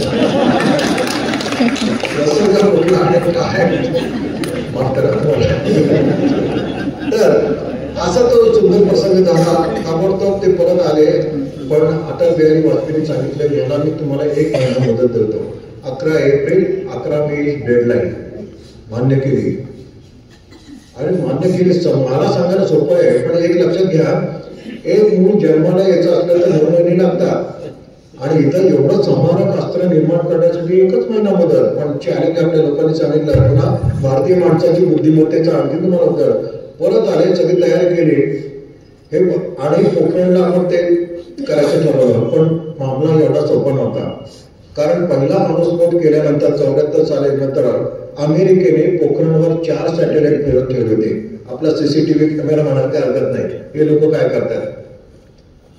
आता एवढं सगळं असताना हे अणुस्फोटाचं आता त्या आपण 5 अणुस्फोट करायचे ठरवले होते. किती?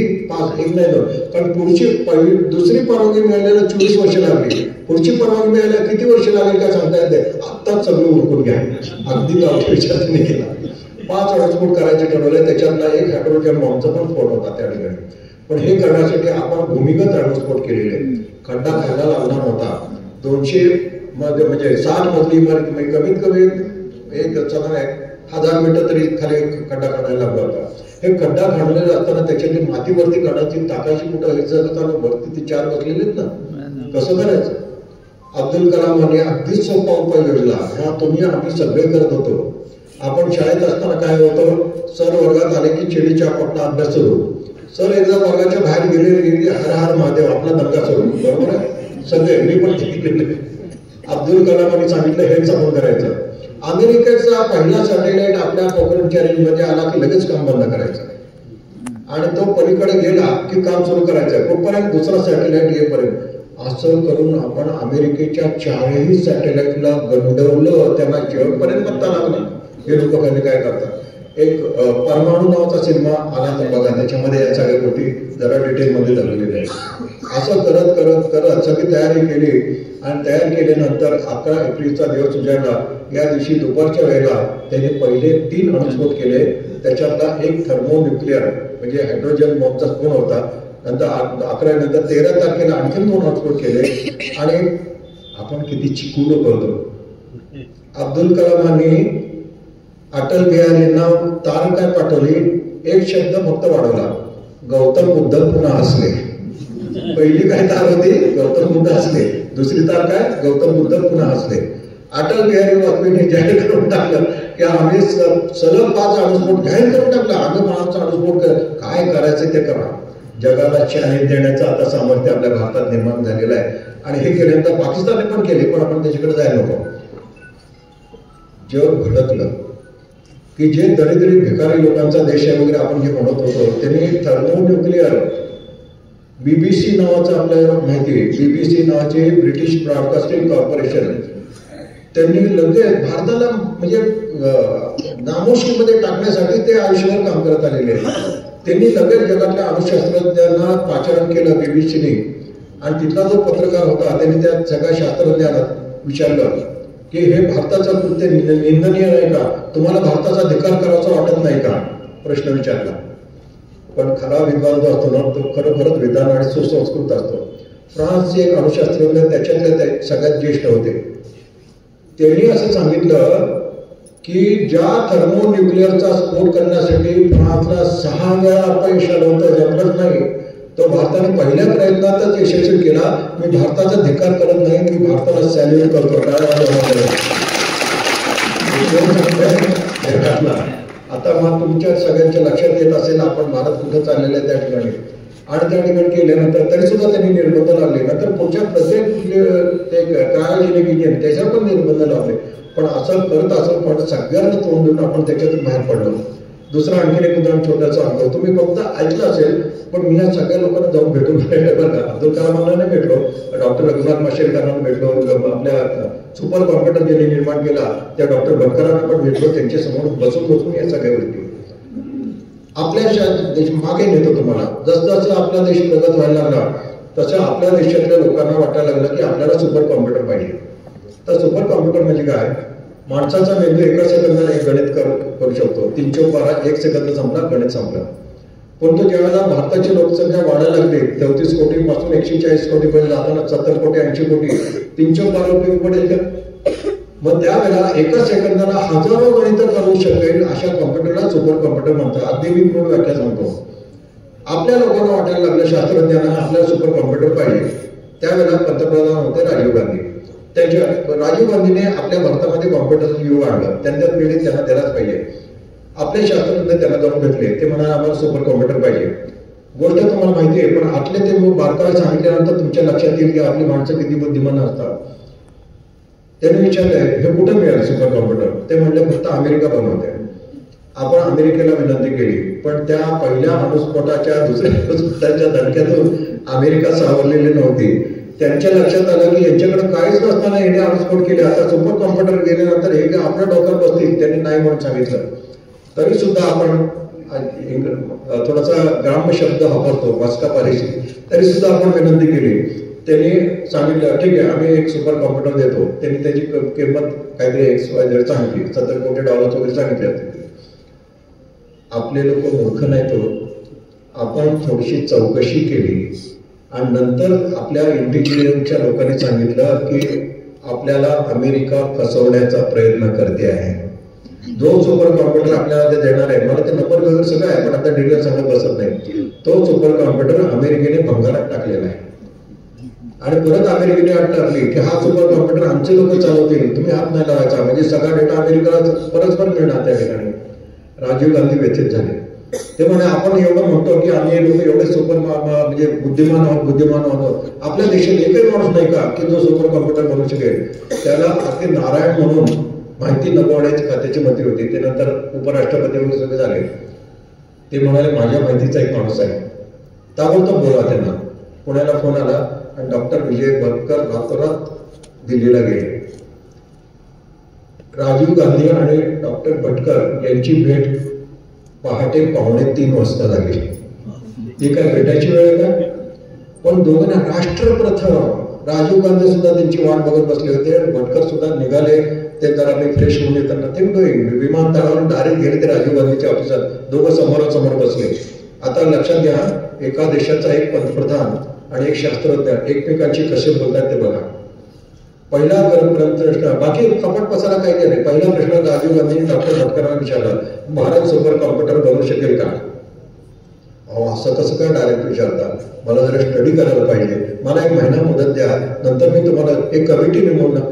नाही, माणसाची कॉन्फिडन्स लेवल काय आहे.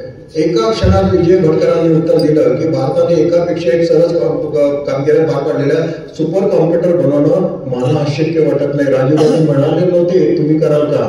आधीच आम्हाला सांगतो मला अशक्य वाटत नाही. काय कॉन्फिडन्स लेवल विचार करा. देशाच्या पंतप्रधान बोलतोय, त्याच्यात एकही वाक्य खोटं होता कामा नये. दुसरं वाक्य, याला किती वेळ लागेल? लगेच उत्तर. आपण अमेरिकेला ऑर्डर दिली, आता अमेरिका आपल्याला द्यायला किती जे दिवस लागेल त्याच्या हाती मी बनवून देतो. दुसरं उत्तर. तिसरं, याला खर्च किती लागेल?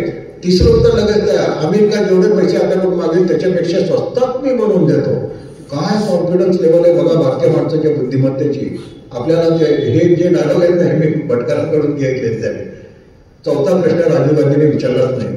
त्यांनी सांगितलं doctor Bhatkar, this project is yours, what ever you want I will give you, start your work. मामला एवढा चौपट नव्हता, कारण त्यावेळेला कॉम्प्युटर इंजिनिअरिंग ही शाखा विकसित झालेली नव्हती. परंतु भटकर राजीव गांधींकडे रडत रडत विचार गेले नाहीत. अहो काय करणार आहे, तुम्ही सगळं दिलेलं आहे पण माणसंच मिळत नाही, मी तरी काय करू. बघा ना, कॉम्प्युटर इंजिनिअरिंग नाहीच आपल्या देशात. एक्सक्यूज सांगायला गेले नाही. पुन्हा एक भारतीय माणसाची कार्यक्षमता बघा.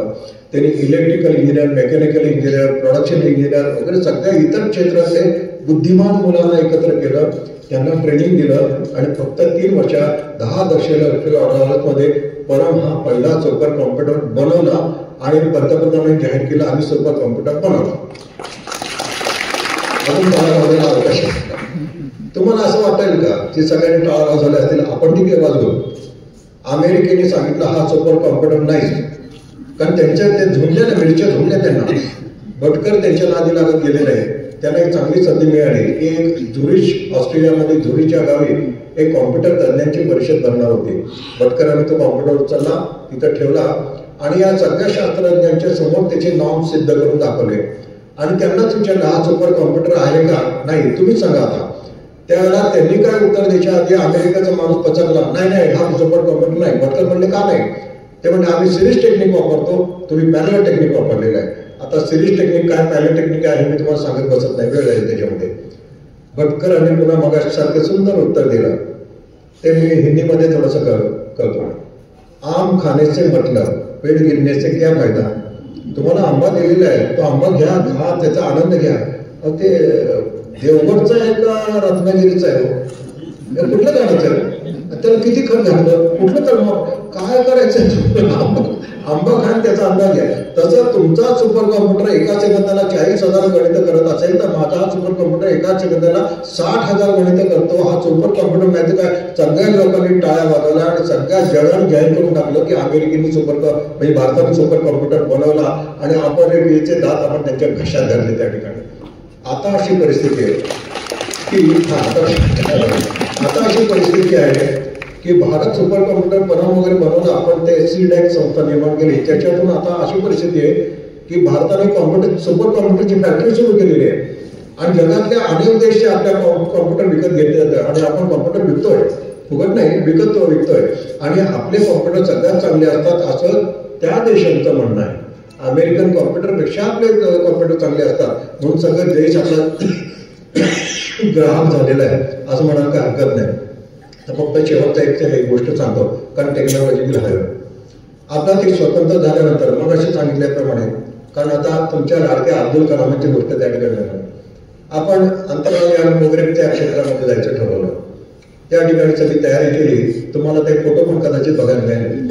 आपले अब्दुल कलाम आणि त्यांचे सहकारी त्या ठिकाणी एक चर्च बघितलं, तिथे सेंटर आहे. अंतराळयान जातं कुठं? अंतराळात. पण पहिलं तो आपण त्याला अग्निबाण म्हणा किंवा रॉकेट म्हणा जे काय आपण निर्माण केलं ते तिथे जिथून लॉन्च करायचं होतं तिथं सायकलच्या कॅरियरवर बांधून नेलं तिने. जाणार कुठं? अंतराळात. आणि जाते कुठं? सायकलवर. त्याच्यापेक्षा मोठ्या बनवलं ते बैलगाडीतून नेलं, कारण आपल्याकडे काय फॅसिलिटी नव्हती. पण असं करता करता करता इस्रोचे अध्यक्षानंतर अब्दुल कलाम झाले, वसंत गवारीकर झाले, असे सगळे बुद्धिमान लोक होते. आज अंतराळयान या क्षेत्रामध्ये भारत जगाच्या थोडीच झालेला आहे.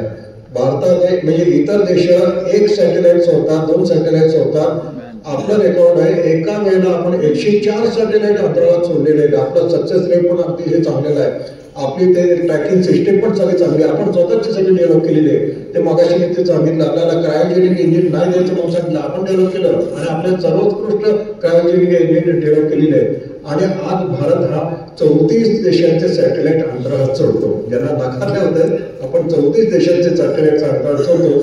याचा एक दुसरा भाग आहे अंतराळयान आणि आता मिसाईल म्हणजे शत्रूवर जाऊन त्या ठिकाणी क्षेपणास्त्र म्हणायला. परत अब्दुल कलाम त्याच्यामध्ये आहेच आपले आणि त्यांच्या नेतृत्वाखाली आपण अग्निबाण निर्माण करायला सुरुवात केली. जगात जेवढा प्रगत राष्ट्रांच्याकडे जेवढं शक्तिशाली क्षेपणास्त्र आहेत त्यांच्यात थोडीच तो क्षेपणास्त्र आपण स्वतः डेव्हलप केलेले आहेत बरं का. आणि तुम्हाला आश्चर्य वाटेल, आनंदाची गोष्ट, त्या टीसी थॉमस वाचला असेल त्याची, टीसी थॉमस नावाच्या महिला आहे त्या त्यांच्या इन्चार्ज होत्या त्यावेळेला. पण मिसाईलच्या इन्चार्ज टीसी थॉमस नावाच्या एक महिला होत्या. म्हणजे भारतीय महिला पण किती बुद्धिमान आहे असं म्हणतात. अशा अनेक क्षेत्र आहेत. माझ्याकडे 40-50 डेटा होता, पण आता मला शेवटाला यायचं आहे. कुठलंही क्षेत्र बघा, अन्नधान्यापासून सुरुवात केली, भारत दुधाच्या उत्पादनात पहिल्यावर ज्याच्यामध्ये आणि महिलांना पण आपण मदत करतो. शिक्षण क्षेत्रामध्ये भारतीय माणूस सर्वश्रेष्ठ आहे. मिसाईलमध्ये जा तुम्ही, अंतराळयानामध्ये जा, अणुशक्तीमध्ये जा, प्रत्येक ठिकाणी भारत वरती जात आहे. म्हणजे विवेकानंदांचं स्वप्न होतं 2047 साली भारत जगाचा ज्ञानगुरू बनेल, हे आपण 100 आणि अब्दुल कलाम पण म्हणले होते, त्याप्रमाणे ते होत आहे असं म्हणायला काही हरकत नाही. म्हणून आपण प्रत्येक सगळेजण म्हणून आपण मेरा भारत महान. आता मी शेवटाला येतोय, 2-3 गोष्टी या ठिकाणी सांगतो थांबतो. माझी जी 5 पुस्तकं जी प्रसिद्ध झाली आहेत आज मी वाचनालयाला अर्पण करणार होतो, पण गडबडीत विसरले. ते उद्या आमचे मित्र देशपांडे सर त्या ठिकाणी देतील. त्या ठिकाणी ती लायब्ररी जमा केली जाते, तुम्ही जरूर वाचा. ते अंतराळयानची वगैरे नाही आहेत, ती लघुकथा आहेत. त्यांना बक्षिसं मिळाली वगैरे सगळं आपल्याला माहिती आहे. ते जरूर वाचा, त्याचा आनंद घ्या. आता मी जी ती माहिती सांगितली आहे, मला तुमच्याकडून काहीतरी पाहिजे बरं का. मी असं तुम्हाला फुकट सोडणार नाही. सगळ्यांची शेळी गंभीर झाली. मी असं मानतोय तुम्हाला की तुम्हाला जे आता मी गोष्टी सांगितल्या त्यातल्या जेवढ्या लक्षात राहतील तेवढ्या गोष्टी तुमच्या घरातल्या लोकांना सांगा. त्यांच्या मनात हे भारत तरी कुठल्या देशात जन्माला आलो आपण असं आहे, पण त्याच्यामध्ये आपला भारत सर्वश्रेष्ठ आहे, आपला भारत महान आहे, जगाचा ज्ञानगुरु आहे, हा कॉन्फिडन्स निर्माण होण्यासाठी अगदी नातवंड छोटी छोटी असली तरी त्यांना सांगा. कदाचित त्यावेळेला त्यांना कळणार नाही, पण ज्यावेळेला कळायला लागेल त्याला लक्षात येतं आपल्या आजोबांनी किती चांगल्या गोष्टी आपल्याला सांगितल्या होत्या. म्हणजे त्यांच्या मनामध्ये देशभावना त्या ठिकाणी निर्माण होती. आणि डॉक्टर रघुनाथ माशेलकरांना त्यांच्या अपार कामगिरी आहेत. त्यांना लोकांनी विचारलं की तुमच्या मनामध्ये एवढं देशप्रेम कसं निर्माण झालं. त्यांनी सांगितलं तुमच्या मनामध्ये पण देशप्रेम निर्माण होऊ शकतं. दिवसातून 3 वेळा मेरा भारत महान म्हणा. त्यांनी इंग्रजीमध्ये माय इंडिया सांगितलं. माझा भारत सर्वश्रेष्ठ आहे असं दिवसातून 3 वेळा म्हणा. तुमच्या मनामध्ये पण तेवढे तशी आपण त्या ठिकाणी भावना करूया. आणि त्या ठिकाणी आपण शेवट येताना मी आपल्याला विनंती करतो की आपण सगळे आता जरा भारत मातेचा जय जयकार करूया. त्याच्यापूर्वी ज्यांनी हे व्याख्यान मला या ठिकाणी द्यायची संधी दिली त्यामध्ये व्याख्यानमालेचे सहयोगदायक आहेत, त्या ठिकाणी ज्या लायब्ररीचे सगळे लोक आहेत, आमचे मित्र देशपांडे पण आहेत, या सगळ्यांचे मी मनपूर्वक आभार मानतो. तुमच्या सगळ्यांचे पण मनपूर्वक आभार मानतो कारण तुम्ही अतिशय शांत चित्ताने ऐकलेलं आहे. या व्याख्यानाच्या वेळी जवळजवळ मी तासभर बोलतोय, एकही माणूस मला जांभई देताना दिसला नाही. म्हणजे याचा अर्थ व्याख्यान तुम्हाला आमचे काही वक्त्यांचे ठोकाळे असतात चाललायचं आपण गाडा आवडता घ्यायचा, पण तसं मला कोणी दिसलं नाही. कारण तुमच्याही मनामध्ये देशप्रेम आहे ना त्याच्या ठिकाणी. कोणाची प्रत्येकाच्या मध्ये सुप्त मनामध्ये देशप्रेम आहे, पण त्या देशप्रेमाला खतपाट घालायचं थोडंसं काम मी या ठिकाणी केलेलं आहे. आणि ते काम जे आहे ते तुम्ही आपल्या नातवंडापर्यंत पोहोचवा. आपण सगळ्यांचा जय जयकार करूया. त्याच्यामध्ये तुमचा एक फोटो काढला चालेल माझ्या स्मृतीसाठी. आणि आपण भारत मातेचा जय जयकार करताना मी त्याचं शूटिंग पण घेणार आहे, तुम्ही पण घ्या कारण नाही फोटो काढतो.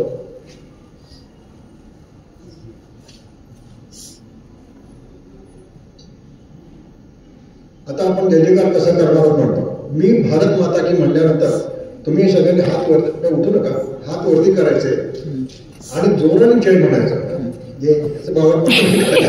कारण आता तुम्हाला तुमच्या अंगामध्ये नसलं तरी त्राण निर्माण होईल इतक्या चांगल्या गोष्टी सांगितलेल्या आहेत. त्यामुळे मी म्हटलं भारत माता की म्हणून जय म्हणून मोठ्याने करायचं.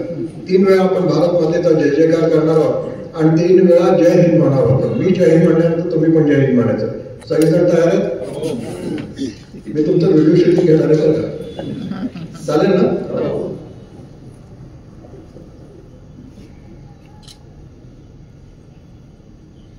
बोला भारत माता की जय, भारत माता की जय, भारत माता की जय, जय हिंद, जय हिंद, जय हिंद, जय हिंद, जय हिंद, जय हिंद. सगळ्यांचे मनपूर्वक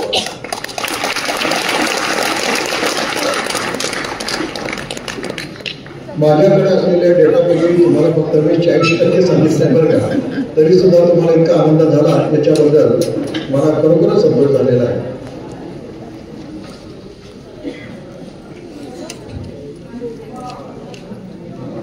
आजचं व्याख्यान देण्यासाठी माननीय श्री अविनाशजी हरबे सर हे खास पुण्याहून इथे आले आणि आपल्यामध्ये एक नवीन ऊर्जा यांनी उत्पन्न केली आणि सुंदर अशी प्रस्तुती केली. तर मी श्री नारायण मुक्ते वाचनातर्फे त्यांचे खूप खूप आभार मानतो.